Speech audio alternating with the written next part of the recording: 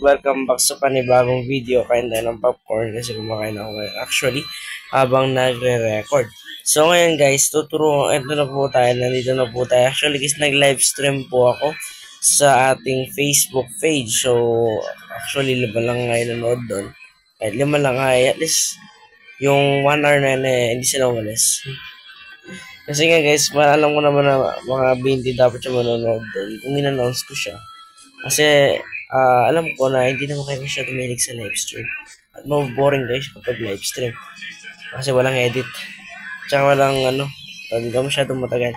Pero makikita nyo dito guys, ginagawa ko po yung line kung saan ko ilalagay yung mga observer para sa gagawin kong lava tinger or lava na basta makita nyo mamaya kung sinasabi ko.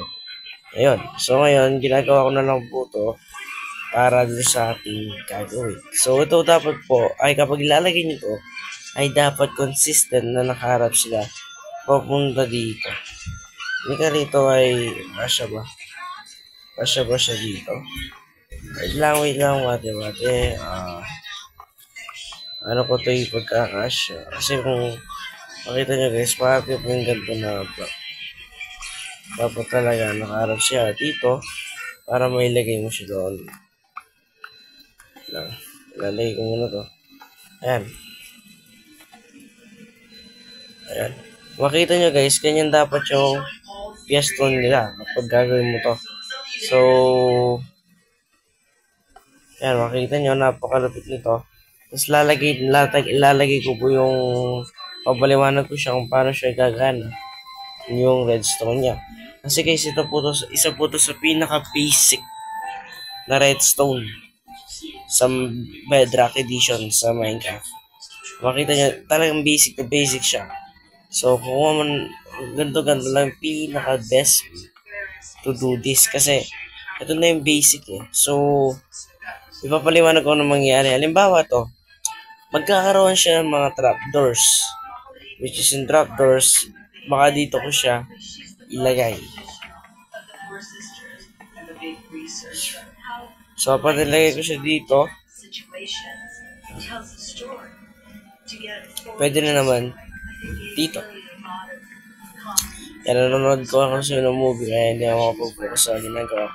Pero dyan yan. So, mabalikan kaya kapag nalagay ko na yung mga trapdoor. Let's go. Sinasabi kong gold farm guys, tignan nyo naman.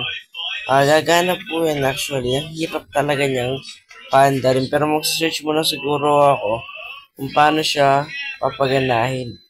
Pero yun nga, nagawa ko na po redstone ito. So, ganito lang po redstone yun. No? So, ginawa ko redstone dito is napaka-basic lang talaga yan na redstone. Kasi yung ginamit ko redstone dito guys, you can see, the lever nito, huwag nyo masyadong matsin yun. Napadami na ang crap ko ng lever. Kung nakikita nyo dito, yun yung ginawa ko. So, technically, yan lang yung nagawa ko. Pero basically na lang siya na di mo malaman. Diba? At least, ito po kasing mapapansin nyo kung saan po yung nakakunik.